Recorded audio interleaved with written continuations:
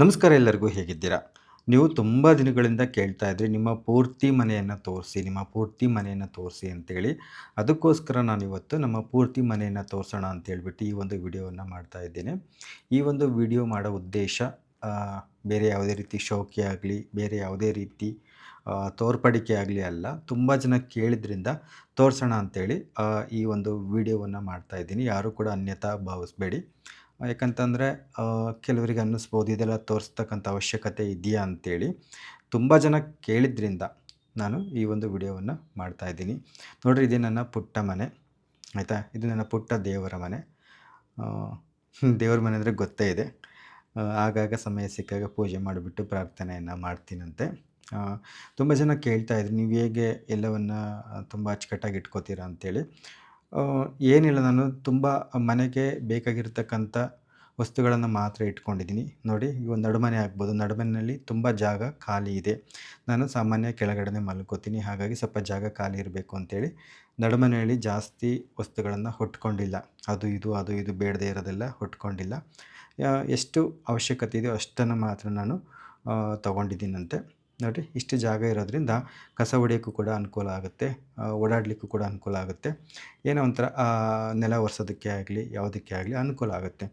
ತುಂಬ ವಸ್ತುಗಳು ಅವು ಇವು ಎಲ್ಲ ಹೊತ್ಕೊಂಡಿದ್ವಿ ಅಂತಂದರೆ ಅದನ್ನು ನಾವು ಏನು ಸ್ವಚ್ಛ ಮಾಡಬೇಕಾದ್ರೆ ನಮಗೆ ಒಂಥರ ಕಷ್ಟ ಅಂತ ಅನಿಸುತ್ತೆ. ಹಾಗಾಗಿ ಇದು ಒಂದು ಪುಟಾಣಿ ರೂಮು. ಇದರಲ್ಲಿ ನಾನು ಸ್ವಲ್ಪ ಪುಸ್ತಕಗಳನ್ನು ಇಟ್ಟಿದ್ದೀನಿ. ನನಗೆ ಯಾವಾಗಾದರೂ ಬೇಜಾರಾದರೆ ಒಂದು ಕಪ್ ಕಾಫಿ ಮಾಡ್ಕೊಬಂದು ಇಲ್ಲಿ ಕೂತ್ಕೊಂಡ್ಬಿಟ್ಟು ಕಾಫಿ ಕುಡಿತಾ ಬುಕ್ಕನ್ನು ಓದ್ತೀನಂತೆ. ನೋಡಿ, ಇದೊಂದು ಪುಟಾಣಿ ರೂಮ್ ಅಷ್ಟೇ. ಅಷ್ಟು ಅಂದರೆ ನನ್ನ ಕೈಲಿ ಎಷ್ಟು ಸಾಧ್ಯನೋ ಅಷ್ಟು ಸ್ವಚ್ಛವಾಗಿ ಇಟ್ಕೊಳ್ಲಿಕ್ಕೆ ನಾನು ಪ್ರಯತ್ನ ಪಡ್ತೀನಿ, ಸಾಧ್ಯ ಆದಷ್ಟು ಅಷ್ಟೇ. ಆಮೇಲಿಂದ ಇನ್ನೊಂದೇನಪ್ಪ ಅಂತಂದರೆ, ಅದೇ ಈ ಥರ ನಾವು ಎಷ್ಟು ಬೇಕೋ ಅಷ್ಟೇ ವಸ್ತುಗಳನ್ನು ಇಟ್ಕೊಂಡ್ವಿ ಅಂತಂದರೆ ಮನೆಯಲ್ಲಿ ಒಂಥರ ಇಕ್ಕಟ್ಟು ಅಂತ ಅನಿಸಲ್ಲ. ಏನಾರ ಒಂಥರ ಇಕ್ಕಟ್ಟು, ಓಡಾಡ್ಬೇಕಾದ್ರೆ ಕಾಲಿಗೆಡವೋದು, ಒಂಥರ ತೊಡ್ರುಗಾಲು ಹಾಕೋದು, ಈ ಥರ ಆಗ್ತಿತ್ತು ಅಂತಂದರೆ ಕೆಲಸ ಮಾಡೋದಕ್ಕೆ ಮನಸ್ಸು ಬರೋದಿಲ್ಲ. ಆಮೇಲೆ ಆ ಎಲ್ಲ ಎಲ್ಲ ಓಜುಗಳಿಂದೆ ಧೂಳು ಗೀಳು ಎಲ್ಲ ಸೇರ್ಕೊಂಡು ಏನಾಗುತ್ತಪ್ಪ ಅಂತಂದ್ರೆ ಅದು ನಮಗೆ ಗೊತ್ತಿಲ್ದಂಗೆ ನಾವು ಉಸಿರಾಡ್ತಿರ್ತೀವೋ ಏನೋ ಒಂಥರ ಮನಸ್ಸು ಬೇಜಾರು ಅಂತ ಅನಿಸ್ತಾ ಇರುತ್ತೆ. ಎಲ್ಲ ಪ್ರತಿದಿನ ನಾವೆಲ್ಲ ಎಲ್ಲವನ್ನ ಈ ಕಡೆ ಎಳೆದ್ಬಿಟ್ಟು ಎಲ್ಲ ಸುತ್ತಲೂ ಕೊಡಿಕೊಂಡು ಧೂಳೆಲ್ಲ ನಾವು ಇದನ್ನು ಮಾಡ್ತೀವಿ, ಗುಡಿಸ್ತೀವಿ ಅಂದರೆ ಕಷ್ಟ ಆಗುತ್ತೆ.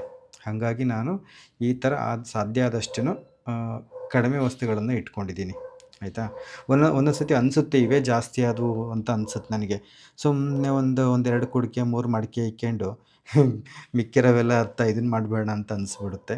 ಆದರೂ ಕೆಲವು ಅನಿವಾರ್ಯವಾಗಿ ಬೇಕಾಗಿದ್ದಾವೆ ಈ ಒಂದು ಜೀವನ ಶೈಲಿಗೆ. ಇವೆಲ್ಲ ವಾಷಿಂಗ್ ಮೆಷಿನ್ ಆಗ್ಬೋದು, ಫ್ರಿಡ್ಜ್ ಆಗ್ಬೋದು, ಅನಿವಾರ್ಯ ಆಗಿರೋದ್ರಿಂದ ಬಳಸಲೇಬೇಕಾಗುತ್ತೆ ಅಲ್ವಾ? ಹಾಗಾಗಿ ಸ್ವಲ್ಪ ಇಟ್ಕೊಂಡಿದ್ದೀನಿ. ಮನೆ ಏನಾದರೂ ಖಾಲಿ ಮಾಡಿದ್ವಿ ಅಂತಂದರೆ ಏನು ತೊಂದರೆ ಇಲ್ಲ. ಒಂದು ಚಿಕ್ಕದು ಟೆಂಪೋ ಥರದ್ದು ಏನಾದ್ರು ಮಾಡ್ಕೊಂಡ್ವಿ ಅಂತಂದರೆ ಅದರಲ್ಲೆಲ್ಲ ಹಿಡಿಸ್ಬಿಡುತ್ತೆ. ಆ ಥರ ಏನು ತುಂಬ ಏನಿಲ್ಲ ಓಜಿಗಳು. ನೋಡಿ, ಇದು ಒಂದು ರೂಮು. ಇಲ್ಲಿ ನಾನು ವರ್ಕ್ ಮಾಡ್ತೀನಂತೆ. ನೋಡಿ, ನನಗೆ ಮನೆಯಲ್ಲಿ ಬೆಳಕು ಚೆನ್ನಾಗಿರಬೇಕು. ಹಗಲೊತ್ತು ತುಂಬ ಬೆಳಕು ಬರುತ್ತೆ ಇದರಲ್ಲಿ. ಏನು ಲೈಟ್ಸ್ ಎಲ್ಲ ಹಾಕಲೇಬೇಕು ಅಂತಿಲ್ಲ. ಅಡುಗೆ ಮನೆಗೆ ಮಾತ್ರ ಸ್ವಲ್ಪ ಲೈಟ್ ಬೇಕಾಗುತ್ತೆ. ಸ್ವಲ್ಪ ಮಬ್ಬಿರುತ್ತೆ. ಮಿಕ್ಕಂಗೆ ನಡುಮನೆ ಆಗ್ಬೋದು, ಈ ಕೋಣೆಗಳಾಗ್ಬೋದು, ಅಲ್ಲೇನು ಲೈಟ್ಗಳನ್ನು ಹಾಕಲೇಬೇಕು ಅಂತಿಲ್ಲ. ಸೂರ್ಯನ ಬೆಳಕು ಸಾಕಷ್ಟು ಬರುತ್ತೆ. ಹಾಗಾಗಿ ಏನೂ ತೊಂದರೆ ಇಲ್ಲ. ನೋಡಿ, ನನಗೆ ಇದೇನು ಹಾಸಿಗೆ ಮೇಲೆ ಮಲಗೋದಕ್ಕಿಂತ ಚಾಪೆ ಮೇಲೆ ಮಲ್ಕೊಂಡ್ರೆ ಚೆನ್ನಾಗಿ ಒಳ್ಳೆ ನಿರಂಬಳವಾಗಿ ನಿದ್ದೆ ಬರುತ್ತೆ. ಚೆನ್ನಾಗಿರುತ್ತೆ, ಏನೋ ತೃಪ್ತಿ ಅಂತ ಅನಿಸುತ್ತೆ. ಆಮೇಲೆ ನನಗೆ ಯಾವ ರೀತಿ ಬೇಕೋ ಆ ರೀತಿಯಾಗಿ ನಾನು ಈ ಮನೆಯನ್ನು ಅಲಂಕರಿಸ್ಕೊಂಡಿದ್ದೀನಿ, ಆಯಿತಾ? ನನ್ನ ಒಂದು ಅಭಿರುಚಿಗೆ ತಕ್ಕಂತೆ. ಇದು ವ್ಯಕ್ತಿಯಿಂದ ವ್ಯಕ್ತಿಗೆ ಭಿನ್ನವಾಗಿರ್ಬೋದು. ಯಾಕಂದರೆ ಪ್ರತಿಯೊಬ್ಬ ವ್ಯಕ್ತಿಯೂ ಕೂಡ ತನ್ನದೇ ಆದ ಅಭಿರುಚಿ ಇರುತ್ತೆ. ನಿಮಗೂ ಏನಾದರೂ ಆ ಥರ ಮಾಡ್ಕೋಬೇಕು ಅಂತ ಅನಿಸಿದರೆ ನಿಮ್ಮ ಮನಸ್ಸಿನ ಅಭಿರುಚಿ ಯಾವ ಥರ ಇದೆ ಆ ಥರ ನೀವು ಮಾಡ್ಕೋಬಹುದು. ನೋಡಿ, ಈ ಥರ ಸ್ವಲ್ಪ ಮಂದ ಬೆಳಕು ಯಾವಾಗ ಬೇಕು, ಏನಾದ್ರೂ ಮೂವೀಸ್ ನೋಡಬೇಕಾದ್ರೆ ಲೈಟ್ ಸ್ವಲ್ಪ ಕಡಿಮೆ ಇರಬೇಕಾಗತ್ತೆ. ಎಲ್ಲ ಥರದ್ದು ನಾನು ಮಾಡ್ಕೊಂಡಿದ್ದೀನಿ ನನಗೆ ಬೇಕಿರೋ ಥರ. ಕರೆಂಟಿನ ಕೆಲಸ ಎಲ್ಲ ಸಣ್ಣ ಪುಟ್ಟದೆಲ್ಲ ಮನೆಯದೆಲ್ಲ ನಾನೇ ಮಾಡ್ಕೋತೀನಿ. ಈ ಪೇಂಟ್ ಎಲ್ಲ ಮಾಡಿರೋದೆಲ್ಲ ನಾನೇ ಮನೆಗೆ. ಆಮೇಲೆ ಇನ್ನೇನು ಸ್ವಲ್ಪ ಲೈಟ್ ಆಫ್ ಮಾಡ್ತೀನಿ ರೀ. ಲೈಟ್ ಆಫ್ ಮಾಡಿದ್ರೆ ಚೆನ್ನಾಗಿ ಕಾಣುತ್ತೆ. ಅಲ್ಲೊಂದು ಲೈಟ್ ಇದೆ ಅಲ್ವಾ, ಅದು ಸಿಪ್ಪರ್, ಅದು ಜಿಮ್ಮಿಗೆ ತಗೊಂಡು ಹೋಗ್ತೀವಲ್ಲ ಅದು ವೇಸ್ಟಾಗಿ ಬಿದ್ದಿತ್ತು, ಮುಚ್ಚಳಿಕೆ ಒಡೆದೋಗ್ಬಿಟ್ಟಿತ್ತು. ಅದ್ರಲ್ಲಿ ಆ ಥರ ಲೈಟ್ ಒಂದು ಬಲ್ಬ್ ಎಳೆಬಿಟ್ಟು ಮಾಡಿದ್ದೀನಿ. ನೋಡಿ ಈ ಥರ. ಆಮೇಲಿಂದ ಅದೇ ನಾನು ನಿಮಗೆ ಹೇಳಿದ್ನಲ್ಲ, ನಿಮ್ದೇನಾದರೂ ಒಂದು ಪುಟಾಣಿ ಕುಟುಂಬ ಆಗಿತ್ತು ಅಂತಂದರೆ, ಗಂಡ ಹೆಂಡತಿ ಮಕ್ಕಳಿದ್ದೀರಾ ಅಂತಂದರೆ, ಮನೆಯನ್ನು ಶುಭ್ರವಾಗಿ ಇಟ್ಕೊಳ್ಳೋದಕ್ಕೆ ಯಾವುದೇ ರೀತಿ ತೊಂದರೆ ಇಲ್ಲ ಅಂತ ಅಂದ್ಕೋತೀನಿ. ನೀವು ಮಕ್ಕಳನ್ನು ತಿದ್ದಬಹುದು, ನಿಮ್ಮ ಮನೆಯವ್ರನ್ನ ತಿದ್ದಬಹುದು. ಹೇಳಿ ಈ ಥರ ಅಟ್ಲೀಸ್ಟ್ ಅವ್ರು ಕೆಲಸ ಮಾಡಿಲ್ಲ ಅಂದ್ರೂ ಇಟ್ಟಿದ್ದನ್ನು ಇಟ್ಟತ್ರ ಬಳಸಿದ ಮೇಲೆ ಇಡೋ ಥರ ಕೆಲವೊಂದು ರೀತಿ ನೀತಿಗಳನ್ನು ಹೇಳ್ಕೊಡೋದ್ರಿಂದ ಮಾಡ್ಬೋದು ಅಂತ ಅನಿಸುತ್ತೆ. ಆಯಿತಾ. ಆದರೆ ಗಂಡ ಹೆಂಡತಿ ಇಬ್ಬರು ಕೆಲಸ ಮಾಡ್ತಿದ್ದಾರೆ ಅಂತಂದಾಗ ಹೆಣ್ಮಕ್ಳಿಗೆ ತುಂಬ ಕಷ್ಟ ಆಗುತ್ತೆ. ಯಾಕಂತಂದರೆ ಅವ್ರಿಗೆ ಇನ್ನೂ ಜಾಸ್ತಿ ಒತ್ತಡ ಇರುತ್ತೆ ಹೆಣ್ಮಕ್ಳಿಗೆ ಅಲ್ವಾ. ಈಗ ಹುಡುಗರಾದರೆ ಸ್ವಲ್ಪ ಏನೋ ಬೇಜಾರಾಯಿತು ಅಂತಂದರೆ ಎಲ್ಲಿ ಬೇಕಾದ್ರೂ ಹೋಗಿ ಬರ್ಬೋದು 1 ಗಂಟೆ. ಬಟ್ ಹೆಣ್ಮಕ್ಳಿಗೆ ಆ ಒಂದು ಸ್ವಾತಂತ್ರ್ಯ ಇರೋದಿಲ್ಲ. ಕಾಲ ಎಷ್ಟೇ ಮುಂದುವರೆದ್ರೂ ಕೂಡ ಆ ಒಂದು ಸ್ವಾತಂತ್ರ್ಯ ಇನ್ನೂ ಸಿಕ್ಕಿಲ್ಲ. ಹಾಗಾಗಿ ಸ್ವಲ್ಪ ಆ ಥರ ಇಬ್ಬರೂ ಕೂಡ ವರ್ಕ್ ಮಾಡ್ತಿದ್ದಾರೆ ಅಂತ ಅಂದಾಗ ಇಬ್ಬರೂ ಕೂಡ ಮನೆ ಕೆಲಸಗಳನ್ನು ಹಂಚ್ಕೊಂಡು ಮಾಡಬೇಕಾಗುತ್ತೆ. ಇಲ್ಲ ನನಗೆ ಕೆಲಸ ಮಾಡೋಕ್ಕೆ ಬರ್ತಿಲ್ಲ ಅಂತಂದರೆ ಅವರಿಗೆ ಯಾವ ರೀತಿ ಯಾವ ಕೆಲಸದಲ್ಲಿ ಸಹಾಯ ಬೇಕಾಗುತ್ತೆ, ಯಾವ ರೀತಿ ಸಹಾಯ ಬೇಕಾಗುತ್ತೆ ಅದನ್ನಾದ್ರೂ ತಿಳ್ಕೊಂಡ್ಬಿಟ್ಟು ಮಾಡಿದರೆ ಅವರಿಗೆ ಅನುಕೂಲ ಅಂತ ಅನಿಸುತ್ತೆ. ಇಲ್ಲ ನೀವು ಮನೆಯಲ್ಲೇ ಇರ್ತೀರ ಅನ್ನೋದಾದರೆ ಈ ಥರ ಎಲ್ಲ ಕೆಲಸಗಳು ನಿಮಗೆ ಕಷ್ಟ ಆಗೋದಿಲ್ಲ. ಯಾಕಂತಂದರೆ ಮನೇಲೇ ಇದ್ದಾಗ ಸ್ವಲ್ಪ ಮೈಂಡನ್ನು ಫ್ರೀ ಮಾಡಿಕೊಂಡು ನೀವೆಲ್ಲ ಇದು ಮಾಡ್ಕೊಂಡು ಬಂದ್ರಿ ಅಂತಂದರೆ ತುಂಬ ಸುಲಭವಾಗಿ ಇದನ್ನು ಈ ಥರ ಎಲ್ಲ ಮಾಡ್ಕೋಬಹುದು. ಆಯಿತಾ. ನಾನು ಇದುವರೆಗೂ ಹೇಳಿದ್ದು ನನ್ನ ಅಭಿರುಚಿ ಬಗ್ಗೆ ಅಷ್ಟೇ. ಯಾಕಂದರೆ ನಾನು ಆಗಲೇ ಹೇಳ್ದಂಗೆ ವ್ಯಕ್ತಿಯಿಂದ ವ್ಯಕ್ತಿಗೆ ಆ ಒಂದು ಅಭಿರುಚಿಗಳು ಬದಲಾಗುತ್ತೆ. ಇದು ನನಗೆ ಇಷ್ಟ ಅಂತ ಅನ್ನಿಸ್ಬೋದು. ಈ ರೀತಿಯಾಗಿ ನಾನು ಸೆಟಪ್ ಮಾಡ್ಕೊಂಡಿರೋದು. ಇದು ಮತ್ತೊಬ್ಬರಿಗೆ ಇನ್ನೊಂದೇನೋ ಇದೇನಷ್ಟು ಚೆನ್ನಾಗಿಲ್ಲ ಅಂತ ಅನ್ನಿಸ್ಬೋದು. ಮತ್ತೊಬ್ಬರಿಗೆ ತುಂಬ ಚೆನ್ನಾಗಿದೆ ಅಂತ ಅನ್ನಿಸ್ಬೋದು. ಹಾಗಾಗಿ ನಿಮ್ಮ ಮನೆಯನ್ನು ನಿಮ್ಮ ಅಭಿರುಚಿಗೆ ತಕ್ಕಂತೆ ನೀವು ರೆಡಿ ಮಾಡ್ಕೊಂಡ್ರಿ ಅಂತಂದರೆ ಮನಸ್ಸಿಗೆ ಏನೋ ಒಂದು ಸಕಾರಾತ್ಮಕವಾದ ಭಾವನೆ ಬರುತ್ತೆ. ಖುಷಿ ಆಗುತ್ತೆ. ನೋಡಿರಿ, ನಾನು ರಾತ್ರಿ ಹೊತ್ತು ಮಲಗಬೇಕಾದ್ರೆ ಎಲ್ಲ ಲೈಟ್ಸ್ನ ಆಫ್ ಮಾಡಿದೆ ಅಂತಂದರೆ ಈ ಥರ ಮೇಲೆ ಚುಕ್ಕಿ ಚಂದ್ರ ಸ್ಟಿಕ್ಕರ್ ಎಲ್ಲ ಅಂಟಿಸಿದ್ದೀನಿ. ಅದು ಒಂಥರ ಏನೋ ತುಂಬ ಖುಷಿಯಾಗುತ್ತೆ. 2 ನಿಮಿಷಕ್ಕೆ ಒಳ್ಳೆ ನಿದ್ದೆ ಬಂದುಬಿಡುತ್ತೆ ನನಗೆ. ಅಷ್ಟು ಚೆನ್ನಾಗಿರುತ್ತೆ. ಆಮೇಲೆ ತುಂಬ ಜನಕ್ಕೆ ಅನಿಸುತ್ತೆ, ತಾರಸಿ ಮನೆಗಳಾದ್ರೆ ಅಚ್ಚುಕಟ್ಟಾಗಿ ಇಕ್ಕೋಬೋದು, ತೀರಾ ಶೀಟಿ ಮನೆಗಳು, ಈ ಸಣ್ಣ ಸಣ್ಣ ಮನೆಗಳು, ಈ ಗೂಡಿನಂಥ ಮನೆಗಳಿಗೆ ಹೆಂಗೆ ಇಕ್ಕೊಳಕ್ಕಾಗತ್ತಪ್ಪ ಅಂತ ಅನ್ಬೋದು.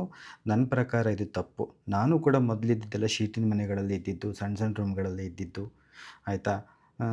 ಅಲ್ಲೂ ಕೂಡ ನನಗೆ ಸಾಧ್ಯವಾದಷ್ಟು ಕೂಡ ನಾನು ಶುಭ್ರವಾಗಿ ಇಟ್ಕೋತಿದ್ದೆ. ಏನು ಶುಭ್ರತೆ, ಸ್ವಚ್ಛತೆ ಅಂತಂದರೆ ಪರದೆ ತಗೊಬಂದು ಇಳೆ ಬಿಟ್ಟು ಹೂವಿನ ಕುಂಡಗಳು ತಗೊಬಂದು ಅಲ್ಲಲ್ಲೇ ಸಿಕ್ಕಿಸಿ ಅವಾಕು ಇವಾಕು ಅವಾಕೆ ಅಂಥವೆಲ್ಲ ಏನಲ್ಲ.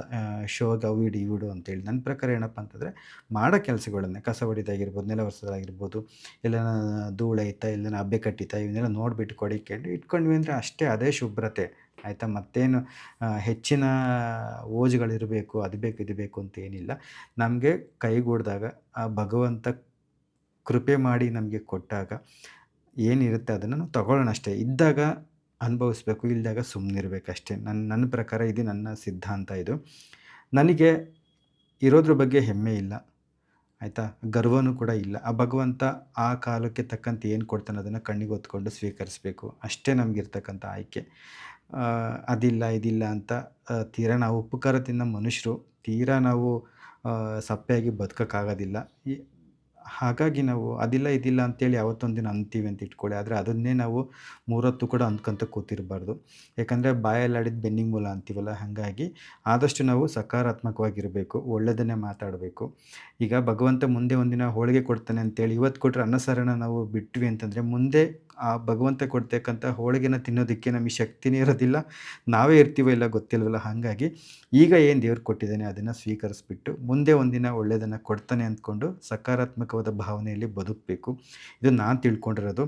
ನಾನು ಹೆಂಗಪ್ಪ ಅಂತಂದರೆ ಈ ಕರ್ಕೊಂಡೋಗಿ ಅದನ್ನು ಗುಡ್ಲಾಗ ನೂಕು ಬಂದ್ರೂ ಅಲ್ಲೆಲ್ಲರೂ ಒಂದು ವಾಪ್ ಸಗಣಿ ಸಿಗುತ್ತೆ ನೋಡಿ ತಗೊಬಂದು ನೆಲ ಬಳಿದು ಅಲ್ಲಿ ಜೀವನಕ್ಕೆ ಹೇಗೆ ಹೊಂದ್ಕೋಬೇಕು, ಹೇಗೆ ಬದುಕಬೇಕು, ನಾನು ಅಲ್ಲಿಗೆ ತಯಾರಾಗಿಬಿಡ್ತೀನಿ. ಅದು ಹಂಗೆ ಇರಬೇಕು, ಇದು ಹಿಂಗೆ ಇರಬೇಕು ಅಂತಿಲ್ಲ. ಒಂದು ಗೋಣಿ ಚೀಲ ಕೊಟ್ಟರು ಹಾಸ್ಕೊಂಡು ಮಕ್ಕಂಡು ಎದ್ದು ಬರ್ತೀನಿ ಅಂತ ತಿಕ್ಕಲು ನಾನು. ಏನೋ ನನಗೆ ಅದರಲ್ಲೇನೋ ಅಂತ ಇದೇನಿಲ್ಲ, ಆಯಿತಾ. ಹೀಗೆ ಬದುಕಬೇಕು ಅಂತಿಲ್ಲ. ಆ ಭಗವಂತ ಅನ್ನ ನೀರಿನ ಋಣ ಎಲ್ಲೆಲ್ಲಿ ಕರ್ಕೊಂಡು ಹೋಗ್ತಾನೆ, ಏನೇನು ಮಾಡ್ತಾನೆ ಅದರ ಪ್ರಕಾರ ನಾವು ಸಾಗಲೇಬೇಕು. ಆದರೆ ಯಾವಾಗಲೂ ಕೂಡ ಸಕಾರಾತ್ಮಕವಾಗಿ ಬದುಕಬೇಕು. ನಾನು ಇಷ್ಟೇ ತಿಳ್ಕೊಂಡಿರೋದು. ಒಳ್ಳೆಯದಾಗುತ್ತೆ, ದೇವ್ರು ಒಳ್ಳೇದು ಕೊಡ್ತಾನೆ, ದೇವ್ರು ಯಾವತ್ತೂ ಕೈ ಬಿಡಲ್ಲ ಅನ್ನೋದನ್ನು ನಾವು ಮನಸ್ಸಲ್ಲಿ ಮನದಟ್ಟು ಮಾಡಿಕೊಂಡು ನಾವು ಬದುಕಬೇಕು. ಇಷ್ಟೇ ಜೀವನ. ಎಲ್ಲರಿಗೂ ಏನಾದರೂ ಒಂದು ಸಮಸ್ಯೆ ಇದ್ದೇ ಇರುತ್ತೆ, ಆದರೆ ದೇವ್ರು ಯಾವತ್ತೂ ಕೈ ಬಿಡಲ್ಲ ನಂಬಿದವ್ರನ್ನ. ಸರಿ ಆಯಿತು. ವಿಡಿಯೋ ನೋಡೋದಕ್ಕಾಗಿ ಧನ್ಯವಾದಗಳು. ಟಾಟಾ ಬಾಯ್.